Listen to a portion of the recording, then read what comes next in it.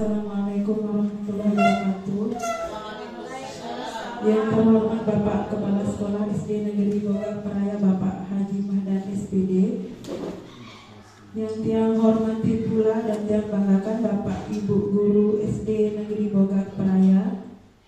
Terima kasih atas waktunya, atas kehadirannya pada diseminasi budaya positif yang akan saya lakukan pada pagi hari ini. Yang pertama-tama marilah kita panjatkan puji syukur atas kehadirat Allah Subhanahu wa taala yang telah memberikan rahmatnya, nikmatnya, nikmat sehat dan nikmat sempat kepada kita semua sehingga kita bisa berkumpul pada pagi hari ini. Tak lupa salawat serta salam atas junjungan alam Nabi besar Muhammad Sallallahu Alaihi Wasallam. Semoga kelak kita semua yang hadir di tempat ini mendapatkan syafaat beliau di yaumil akhir. Amin amin ya robbal alamin. Sebelum saya lanjut ke materi diseminasi budaya positif, saya izinkan Bapak Kepala Sekolah SD Negeri Bogak untuk menyampaikan kata-kata sambutan beberapa patah, dua patah kata kepada Bapak Kepala Sekolah. Waktu dan tempat kami persilakan. Bismillahirrahmanirrahim. Assalamualaikum warahmatullahi wabarakatuh. Waalaikumsalam. Alhamdulillahirrahmanirrahim. Wassalatu wassalamu ala asyrofil anbiya'i wal mursalin Sayyidina Maulana Muhammad wa ala alihi wa sahbihi ajma'in. Rabbi shrah li sadri wa yassir li amri wahlul 'uqdatam min lisani yafqahu qawli. Bapak-bapak, ibu-ibu yang saya hormati, pada pagi hari yang cerah ini kita masih diberikan nikmat kesehatan oleh Allah Subhanahu wa taala, di mana nikmat kesehatan ini kita harus memanfaatkan, dan juga di samping nikmat sehat, nikmat kesempatan sehingga kita dapat berkumpul untuk menghadiri workshop latihan aksi nyata diseminasi budaya positif yang pada hari ini akan diseminarkan oleh Ibu Dewi Sulastri SPD. Dan juga selawat dan salam kita haturkan kepada junjungan alam Nabi besar Muhammad Sallallahu Alaihi Wasallam. Mudah-mudahan kelak di kemudian hari menjadi umatnya yang selalu beriman, bertakwa kepada Allah Subhanahu Wa Taala, dan disyafaat oleh baginda Rasulullah Sallallahu Alaihi Wasallam. Hadirin bapak-bapak, ibu-ibu yang saya hormati, nah pada kesempatan hari ini Ibu Dewi yaitu mengumpulkan kita semua untuk mengadakan diseminasi budaya positif atau cara perbuatan aksi nyata.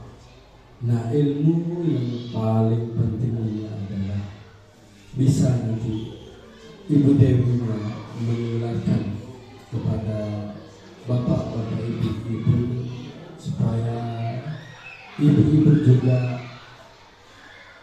dapat ilmunya dari Ibu Dewi Sulastri ini, dan juga mudah-mudahan ilmu yang disampaikan oleh Ibu Dewi Sulastri ini mudah-mudahan bermanfaat, berguna bagi kita semua selanjutnya, supaya kita juga mudah-mudahan mengikuti jejak daripada Ibu Dewi Sulastri. Baik Bapak Ibu Guru, pada kesempatan pagi hari ini saya akan memaparkan atau menyampaikan diseminasi budaya positif pada modul 1.4 pendidikan calon guru penggerak angkatan 11, di mana diseminasi budaya positif ini merupakan tugas aksi nyata saya di modul 1.4. Baik Bapak Ibu Guru, pada pagi hari ini saya akan menyampaikan beberapa konsep-konsep inti untuk menciptakan budaya positif itu sendiri. Yang pertama yaitu disiplin positif, kemudian motivasi perilaku manusia, kebutuhan dasar manusia, keyakinan kelas, kemudian posisi kontrol seorang guru, dan segitiga restitusi. Saya akan memaparkan tentang pembelajaran dengan paradigma baru. Mungkin Bapak Ibu Guru di sini sudah sering mendengar kata-kata tentang paradigma baru. Ada yang ingin menjelaskan apa itu yang dimaksud dengan paradigma baru?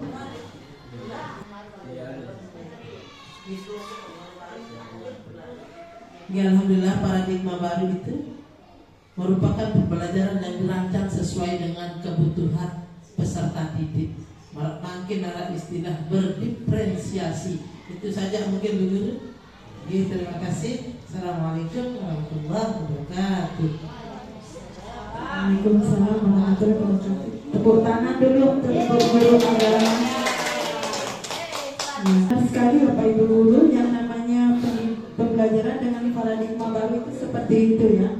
Pembelajaran dengan dirancang berdasarkan prinsip pembelajaran yang berdiferensiasi.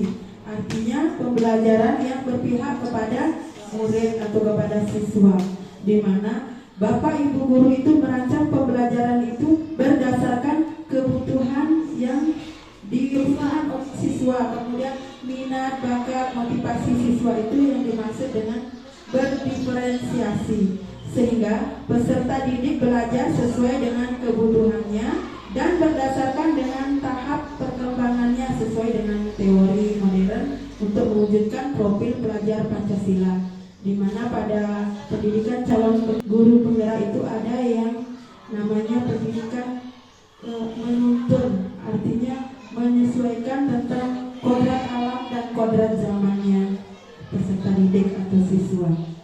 Bapak Ibu Guru, seringkali kita miskonsepsi tentang teori kontrol.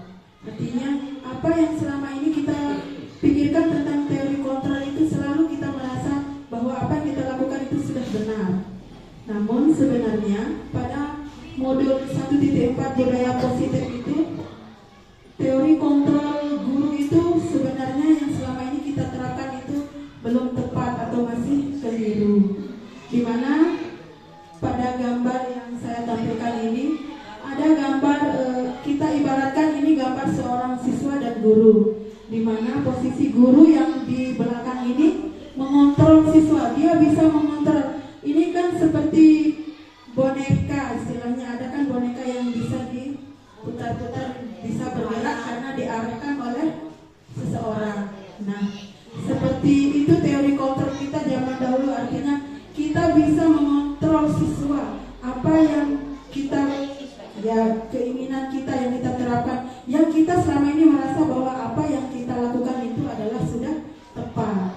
Namun kita belum tahu atau kita tidak tahu kebutuhan siswa itu seperti apa yang siswa itu inginkan.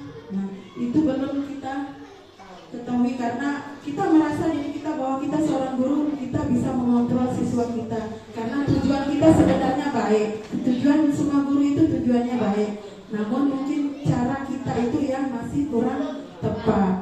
Nah, ini adalah stimulus respon, kemudian teori kontrolnya. Ya, realita bahwa kebutuhan kita sama semua orang itu sama dan memiliki hal yang sama.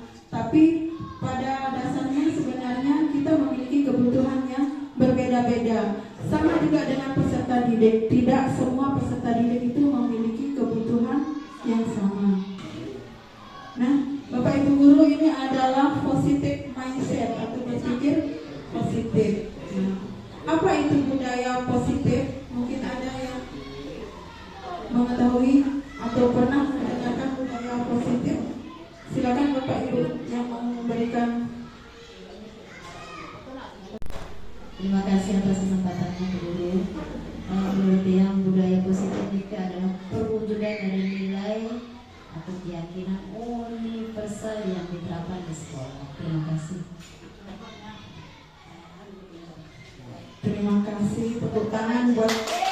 mulai kelas 1.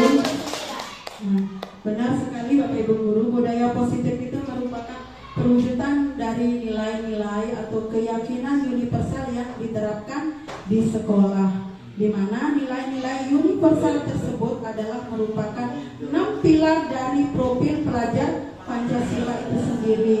Contohnya mungkin empati, bergotong royong, saling menghormati, saling menghargai. Nah, itu contoh-contoh dari nilai-nilai universal.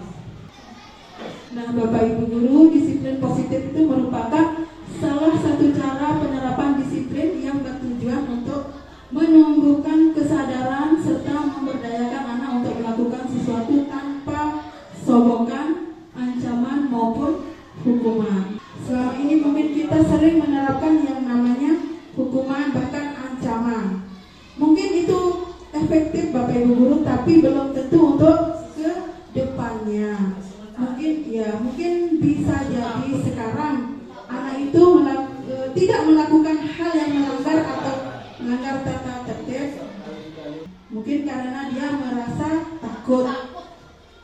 Tetapi untuk kedepannya mungkin belum tentu anak tersebut tidak akan mengulangi hal yang sama. Baik Bapak Ibu Guru, kita semua pasti sudah paham ya yang namanya disiplin positif. Di sini tiang bukan untuk menggurui atau tetapi untuk berbagi Bapak Ibu Guru, kita berbagi praktik baik apa yang sudah saya dapatkan dan harus saya berikan atau tularkan kepada Bapak Ibu Guru. Ada yang namanya kebutuhan dasar manusia. Kita sendiri memiliki kebutuhan dasar, kemudian siswa atau peserta didik kita juga memiliki kebutuhan dasar sendiri-sendiri. Nah, kebutuhan dasar manusia ini merupakan segala sesuatu yang kita lakukan untuk mendapatkan apa yang kita inginkan. Seluruh tindakan yang kita lakukan memiliki tujuan tertentu dan semua usaha terbaik yang kita lakukan adalah dalam rangka agar kebutuhan dasar kita terpenuhi dengan baik. Nah, ini kebutuhan dasar manusia itu sendiri Bapak Ibu Guru, di mana kebutuhan dasar itu ada 5, yaitu bertahan hidup, kemudian kasih sayang dan rasa diterima, lalu penguasaan, kebebasan dan kesenangan. Nah, Bapak Ibu Guru, yang tadi saya paparkan itu, bertahan hidup seperti makanan, pakaian, tempat tinggal, keamanan dan kesehatan. Terus kemudian kalau kasih sayang itu rasa diterima, dipedulikan, berbagi, kerjasama, menjadi bagian dalam kelompok, harga diri, ini yang penguasaan ini harga diri, keinginan untuk dianggap pemimpin, berprestasi, diakui, didengar. Kemudian kalau kebebasan itu mandiri, memiliki pilihan, mencoba hal baru, mampu mengendalikan arah dirinya. Lalu yang terakhir itu kesenangan seperti tadi, bermain, humor, antusiasme dan tertawa. Nah, Bapak Ibu, ini adalah motivasi perilaku manusia, ya.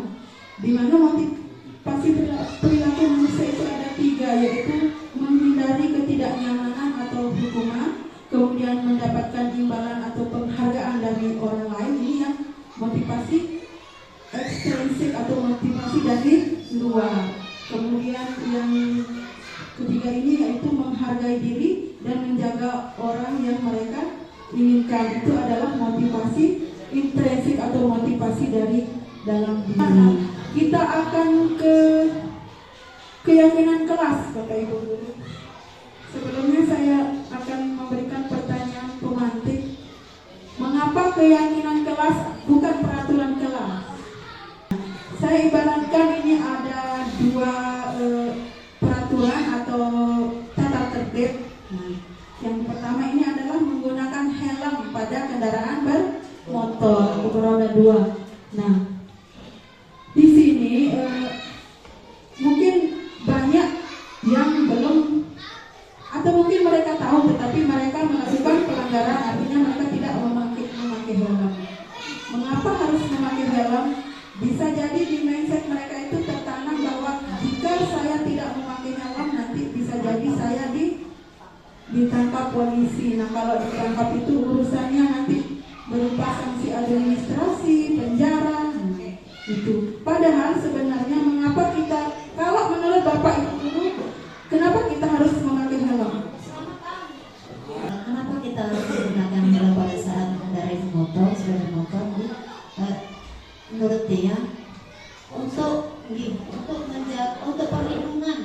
terutama bagian kepala, supaya tetap terjaga, supaya kita nyaman. Lebih lagi, misalnya nanti terjadi hal yang tidak kita inginkan, insya Allah bagian kepala bisa terjaga, terlindungi. Terima kasih guru. Cukup banget Ibu Guru, sangat tepat sekali jawabannya. Nah, hal tersebut yang beliau sampaikan itu merupakan suatu keyakinan, ya, keyakinan berbeda dengan peraturan. Maksudnya dia itu melakukan hal tersebut, artinya memakai helm itu berdasarkan keyakinan dalam dirinya, yaitu jika saya tidak melakukan memakai helm, bisa jadi nanti terjadi sesuatu yang tidak diinginkan dan itu akan berakibat fatal. Nah, itu. Sementara dia tidak pernah berpikir kalau saya tidak pakai helm saya akan, ya, belum tentu ada polisi juga di sana yang tetap menjaga kita. Tetapi pada dasarnya kesadaran diri kita atau keyakinan dalam diri kita itu yang dimaksud dengan motivasi intrinsik, Bapak Ibu. Dari pertanyaan tadi, mengapa keyakinan kelas bukan peraturan kelas? Nah, kalau peraturan itu sudah dibuat oleh pihak terkait tanpa melibatkan kita semua. Misalkan seperti memakai helm itu sudah peraturan dari pemerintah atau peraturan dari kepolisian tanpa pernah meminta persetujuan dari kita. Namun peraturan itu harus kita taati. Nah, lalu kemudian kalau keyakinan itu Bapak Ibu itu berdasarkan kesepakatan kita bersama. Contoh misalnya kalau keyakinan kelas itu keyakinan peraturan itu kita buat atau kita sepakati bersama siswa. Nah, selanjutnya ini pembentukan keyakinan kelas, Bapak Ibu. Keyakinan kelas itu kita bermusyawarah, melakukan diskusi dengan siswa. Kemudian apa-apa saja yang mereka inginkan, terlebih dahulu kita harus meminta siswa itu menyampaikan pendapatnya atau idenya. Contohnya misal kelas yang seperti apa yang kalian inginkan, misalkan kelas yang aman, kelas yang nyaman. Nah, hal itu harus kita sepakati bersama. Apa yang menjadi kesepakatan bersama itu yang akan kita jadikan keyakinan kelas. Lalu dari keyakinan kelas yang tadi kita yang paparkan tadi, kemudian ada posisi kontrol guru. Posisi kontrol guru itu ada 5, Bapak Ibu, yaitu 1 penghukum, pembuat merasa bersalah, teman, pemantau, dan manajer. Nah, yang pertama penghukum itu, kalau penghukum itu biasanya suka menghardik atau menunjuk-nunjuk, berkaca pinggang, membentak atau memberi hukuman, ya. Itu biasanya bersifat fisik atau verbal kalau guru penghukum. Nah, kemudian ada dampaknya Bapak Ibu guru kita jika kita menerapkan posisi kontrol hukuman itu, anak menjadi pendendam nantinya, kemudian tidak menyukai guru atau guru mapan tertentu misalkan yang telah memberikan hukuman tersebut. Kemudian jika kontrol guru pembuat merasa bersalah itu biasanya dia bersuara lembut, tidak memberikan hukuman fisik, tetapi suaranya ya bisa mengakibatkan berdampak kepada siswa tersebut, bisa menyatakan kesalahan pada siswa. Ya. Lalu dampaknya adalah membuat siswa merasa bersalah, rendah diri, dan menarik diri. Artinya merasa diri karena sudah melakukan kesalahan dan menghindari, ya, dia akan tidak bersama-sama dengan temannya lagi, maksudnya. Kemudian ini ada posisi teman. Kalau posisi teman ini biasanya guru itu bersifat ramah, kemudian cenderung bersenda gurau dengan siswa dan suka menghangatkan suasana. Jadi siswa itu merasa nyaman pada guru tersebut dan dia akan tergantung, Bapak Ibu, kalau kita di posisi teman. Murid itu akan tergantung dengan orang itu atau guru yang posisinya sebagai teman tersebut. Jadi anak tersebut tidak bisa mandiri akhirnya. Nah, yang keempat adalah tipe pemantau atau posisi kontrol pemantau. Biasanya kalau pemantau ini nada bicara dan ekspresinya datar, kemudian identitas berhasil, pemantau tetap, memantau saat siswa diberi sanksi. Artinya kalau tipe pemantau ini berdasarkan tata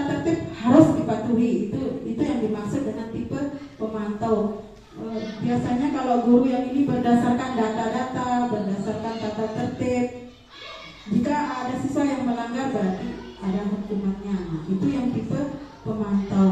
Dan itu menghitung hadiah atau hukuman yang diberikan tanpa melihat nilai kebajikan. Dan dampaknya adalah tidak sepenuhnya siswa itu akan menjadi mandiri. Lalu yang terakhir ini posisi yang paling diterapkan, yaitu posisi manajer. Dimana kalau posisi manajer ini suaranya netral, suara netral tercipta, terus identitas positif atau berhasil mengajukan pertanyaan bermakna, membantu siswa memecahkan masalahnya. Nah, dampaknya adalah siswa itu sendiri akan merasa percaya diri, kemudian mandiri dan dapat memecahkan masalahnya sendiri.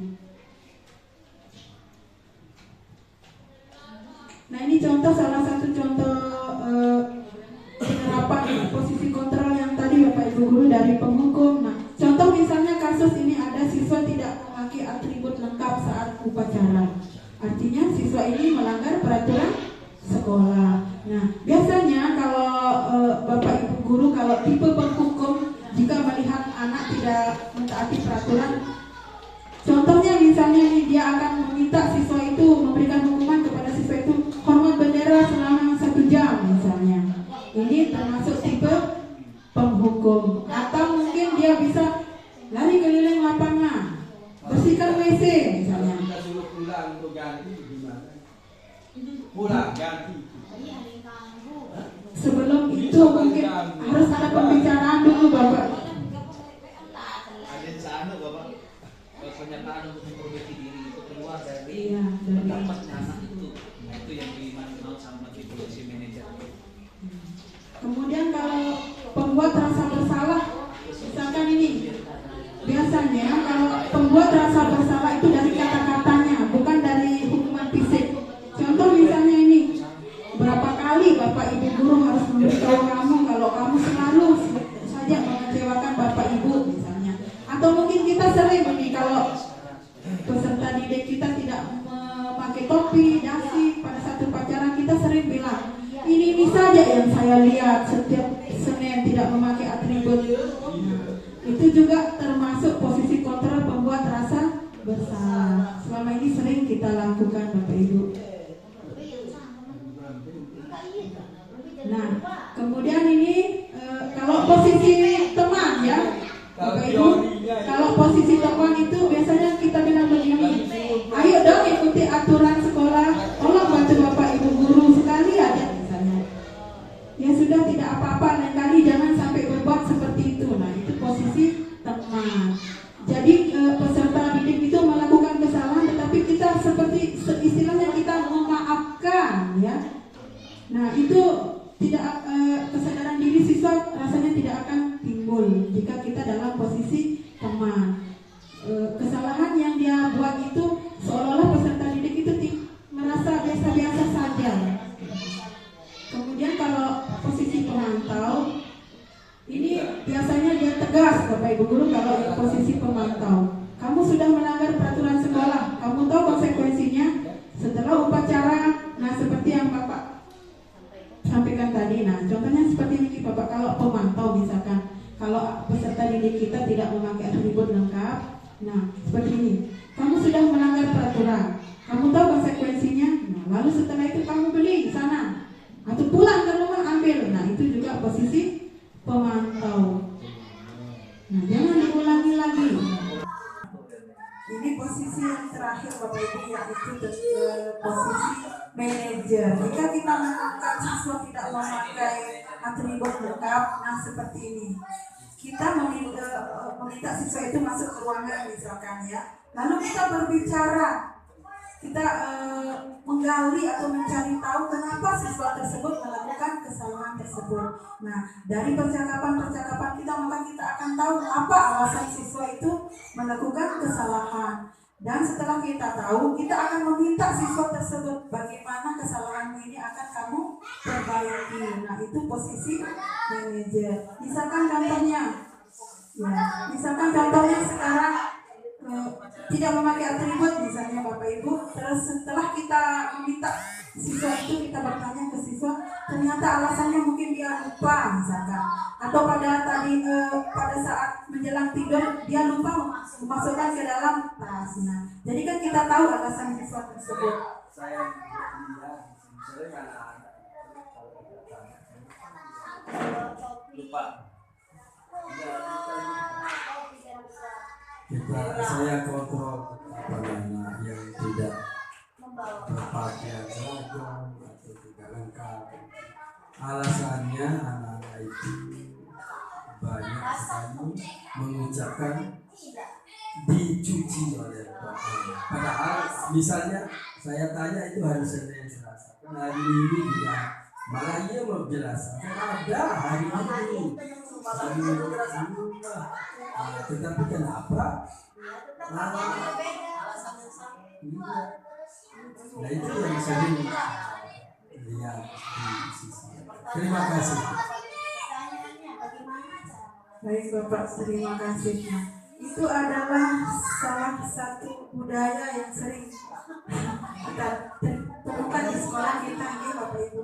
Ya, seperti yang Tiang sampaikan tadi sebelumnya, kan di sekolah kita ini banyak sekali siswa kita yang kebutuhan dasar manusianya itu belum terpenuhi, Bapak Ibu. Ya, kebutuhan akan kasih sayang, diperhatikan itu yang belum.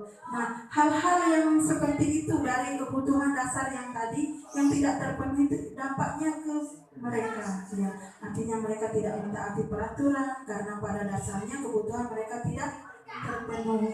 Contoh misalkan tidak seperti yang Bapak Kepala Sekolah sampaikan tadi, seringkali diperingatkan, mungkin bukan 2-3 kali tapi setiap hari, tetapi tetap dilakukan. Nah, itu yang harus kita cari alasannya. Artinya jika 10 siswa kita yang melakukan kesalahan yang sama, maka 10-10-nya kita akan tanya satu persatu apa alasanmu, kemudian kita cari tahu bagaimana solusinya. Misalkan jika katanya dicuci, jadinya kita juga harus sebagai guru harus berkolaborasi dengan orang tua atau tempat peserta didik itu tinggal.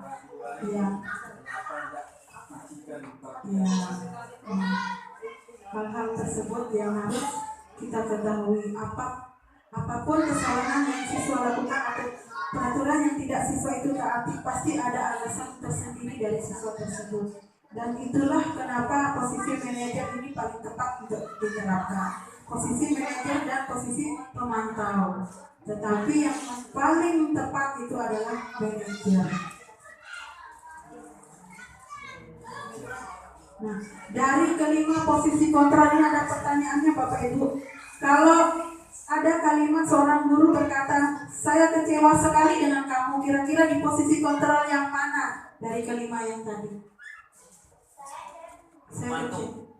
Pemantau dan kadang berposisi di ini ya, kita tidak lepas dari penghukum ya. Terima kasih. Kalau kita kembalikan review kembali apa yang terjadi dengan diri kita, kategori guru ya. Jadi di sini seringkali kita melakukan hukuman juga terhadap siswa. Kemudian seringkali juga kita sebagai pemantau, kemudian sebagai manajer. Yang paling sering mungkin kita lakukan itu adalah satu sebagai pemantau. Satu sebagai pemantau, kemudian kalau rasa bersalah ini mungkin agak kurang kita lakukan. Yang paling banyak di sini kalau menurut saya tadi adalah sebagai penghukum. Nanti penghukum ini kita kan refleks, ya, refleks dengan belum ada hukuman ini muncul karena ada peraturan yang dilanggar, kan seperti itu.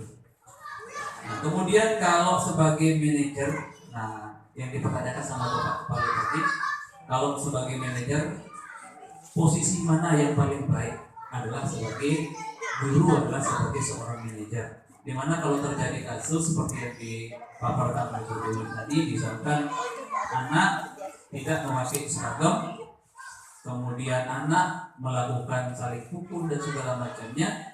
Jadi kalau kita istilahnya di guru penggerak itu ada namanya restitusi, kita tidak langsung mengjudge ya, menghakimi, kami gawe santai, kami maka anak itu akan buyar. akan buyar, dia tidak akan mau bercerita dan tidak akan mau mengungkapkan masalah apa, latar belakang apa yang ada di rumahnya. Sehingga sering kalau tiang itu saya tidak tanya masalah kenapa dia terjadi pukul sama temannya segala macam, maka kita sanjung dulu, kita tarik ke ke pemikirannya dia. Jangan kita masuk ke ajak anak itu masuk ke pemikiran kita, maka kita akan bisa mengakui apa yang sudah dia lakukan. Bapak Surya Jaya ini Bapak guru penggerak ya, sudah guru penggerak angkatan 9. Jadi beliau sudah paham dengan teori kontrol, paradigma baru, kemudian kebutuhan dan disiplin positif lainnya. Tepuk tangan buat Bapak Surya Jaya. Nah, dari pernyataan beliau itu sudah tepat Bapak Ibu Guru. Namun kalau yang pertanyaan saya yang ini, kalau seorang guru berkata, saya kecewa sekali dengan kamu, artinya kita menanamkan rasa bersalah kepada siswa. Nah, kalau yang sekiranya Bapak Ibu Guru mengatakan hal ini kepada siswa yang melakukan kesalahan, berarti itu kita berada di posisi kontrol membuat rasa bersalah. Nah, kemudian kalau yang kedua, kamu tidak pernah benar melakukannya. Iya. Ini sama juga pembuat rasa bersalah. Nah, kalau apa rencanamu untuk menyelesaikan ini? Nah, ini baru tipe manajer, posisi kontrol manajer, meminta siswa mencari tahu alasannya, kemudian dari alasan tersebut apa rencana untuk kedepannya agar tidak melakukan kesalahan yang sama. Kemudian kalau yang ini, ayolah lakukan demi Bapak Ibu Guru ya. Kalau yang ini biasanya posisi teman. Tapi dampak negatifnya ini Bapak Ibu, kalau kita misalkan siswa itu nyaman dengan kata-kata kita seperti ini, tetapi tidak menimbulkan dampak positif, artinya anak itu melakukan kesalahan, saya tidak akan dihukum. Ya, itu menyepelekan, benar Bapak Ibu Guru. Dan anak itu akan merasa nyaman. Jadi ketika dia melakukan kesalahan, ya itu akan dimaklumi.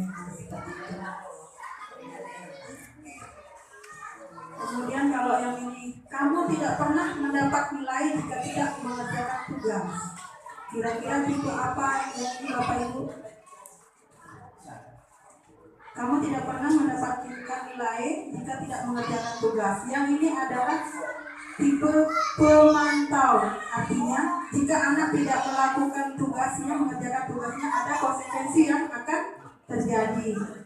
Dia tidak akan mendapatkan nilai. Ini biasanya tipe pemantau.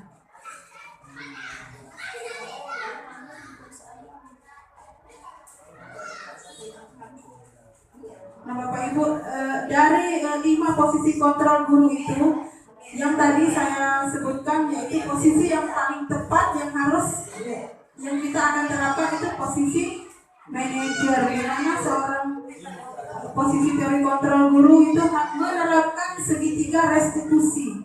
Sebelum jika siswa kita melakukan kesalahan, kita harus sebagai posisi manajer ini yang kita lakukan Bapak Ibu. Ini tadi menstabilkan identitas, validasi tindakan yang salah. Nah, contohnya Bapak Ibu kalau menstabilkan identitas ini seperti ini. Berbuat salah itu wajar. Tidak ada manusia yang sempurna.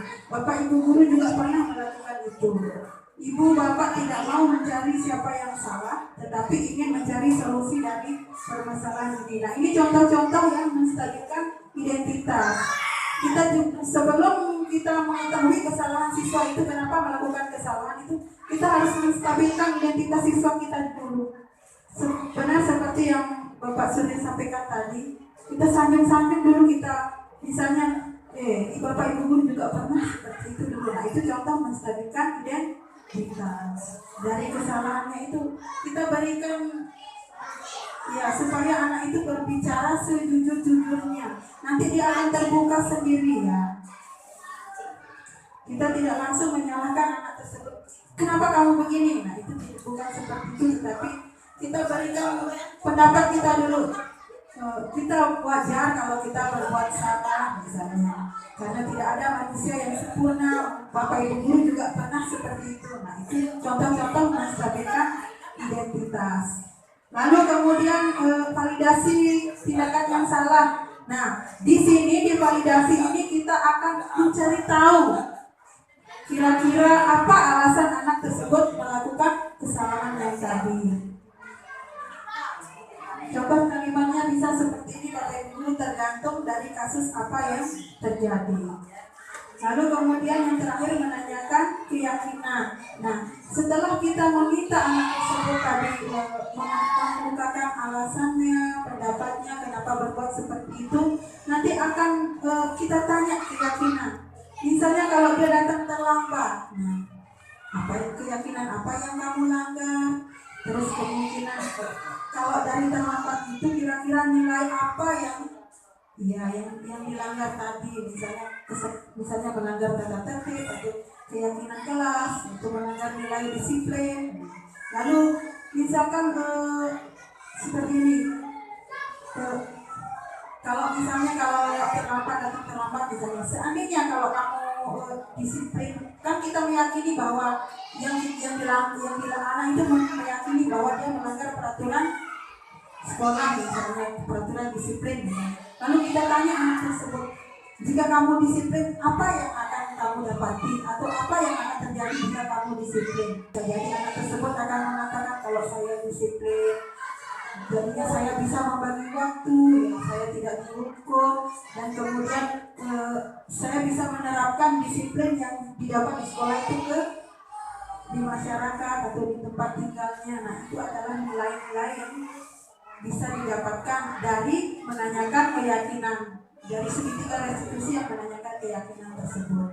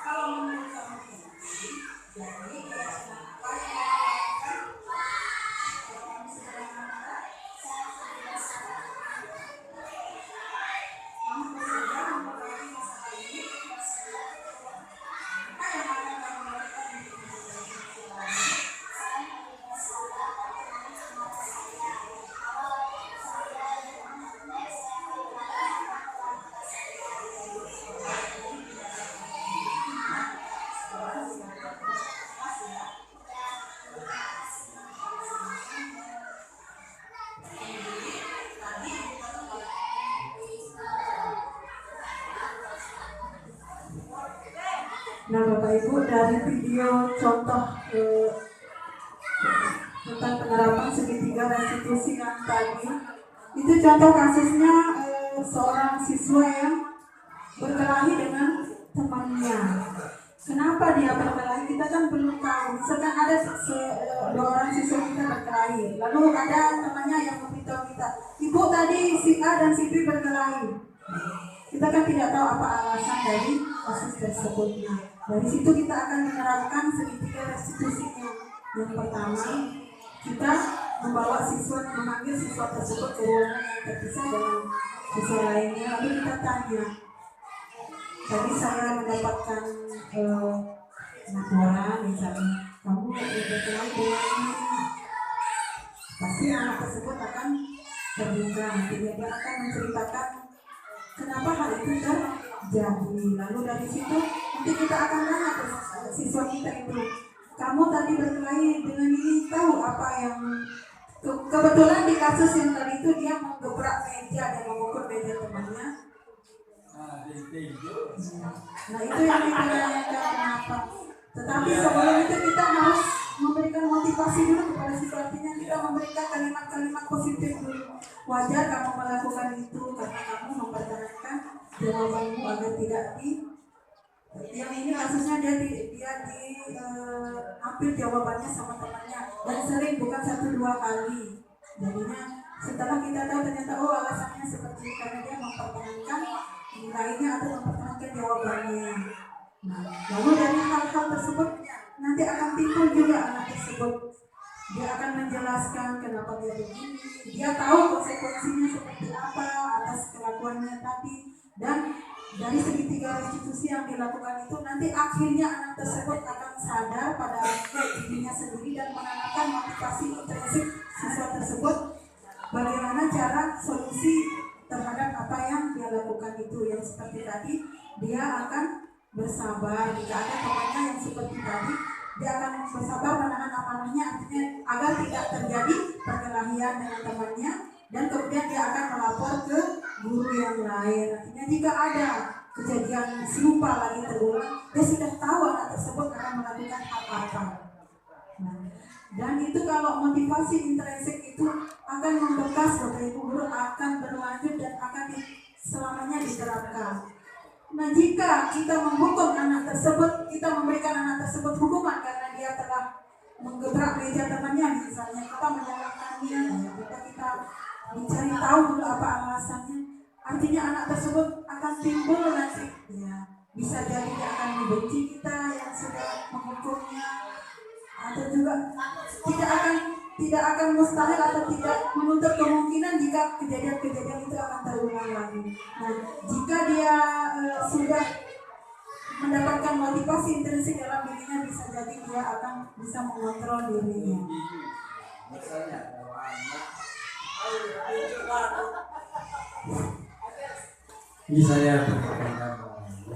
kalau anak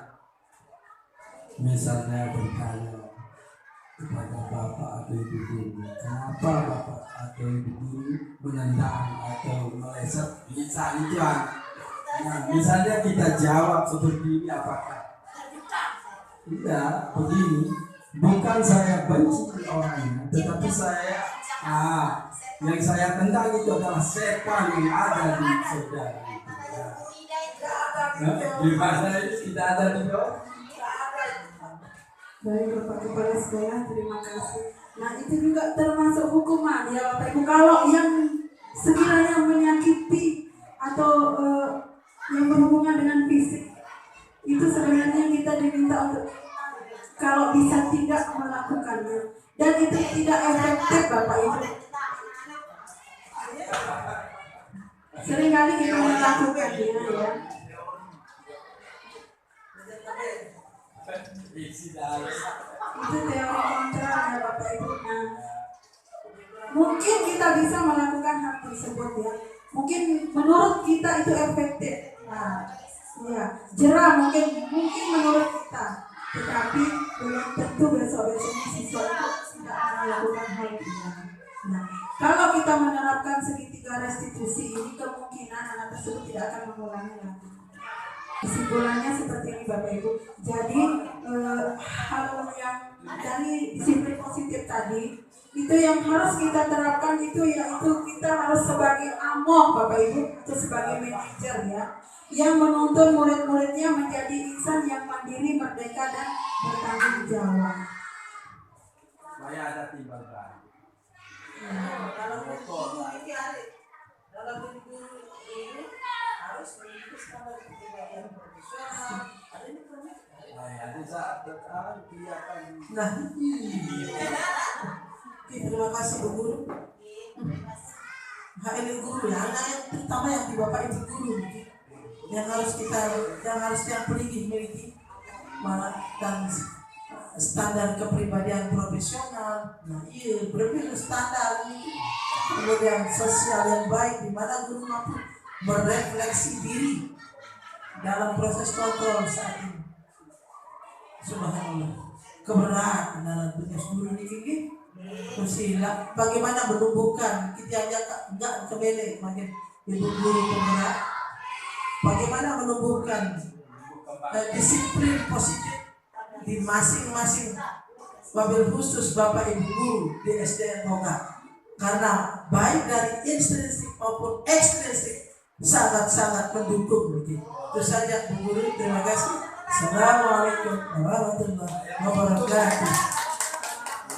Terima kasih dua anak. Ya Bapak Ibu, kita tidak menutup mata atau artinya kita sadar diri. Saya juga pribadi sering melanggar peraturan sekolah. Nah, disiplin positif dari diri kita sendiri itu yang perlu ditanamkan dulu. Nah, saya menyadari juga selama ini banyak sekali disiplin positif yang tidak saya terapkan. Saya pribadi, ya. Dan setelah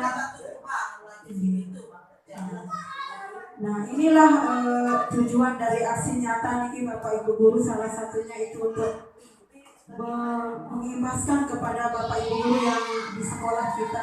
Artinya begini, kita dulu yang harus merubah diri dulu, artinya seperti misalkan saya dulu, saya akan merubah diri dari hal-hal yang negatif yang saya lakukan selama ini sebagai guru atau kesalahan-kesalahan yang saya lakukan. Kalau saya tidak merubah diri, bagaimana saya bisa menularkan ke siswa ataupun ke rekan sejawat. Nah, setelah kita dilihat, artinya tidak mungkin rekan sejawat kita itu akan mengikuti kita kalau kita sendiri tidak memberikan hal-hal yang baik. Jadi tujuannya nih, itulah salah satu tujuan dari guru penggerak kita. Kita akan bergerak dan menggerakkan.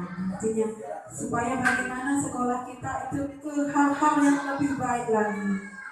Mulai dari diri sendiri dulu, kemudian kita tularkan ke rekan sejawat kita atau ke siswa kita. Nah artinya kalau kita sendiri tidak melakukannya, tidak mungkin orang lain akan mengikuti kita. Bapak Ibu terima kasih atas kehadirannya, atas waktunya. Terima kasih. Jika ada salah-salah kata, mohon dimaafkan karena sejatinya di sini kita saling berbagi. Karena kita semua, saya sudah tahu Bapak Ibu guru SDN Bogam ini orang-orang hebat, sudah mengetahui semua ini dan mungkin sudah melaksanakannya dari dulu. Tetapi alangkah lebih baiknya hal yang baik itu bisa kita bagikan dan bisa kita terapkan bersama. Assalamualaikum warahmatullahi wabarakatuh.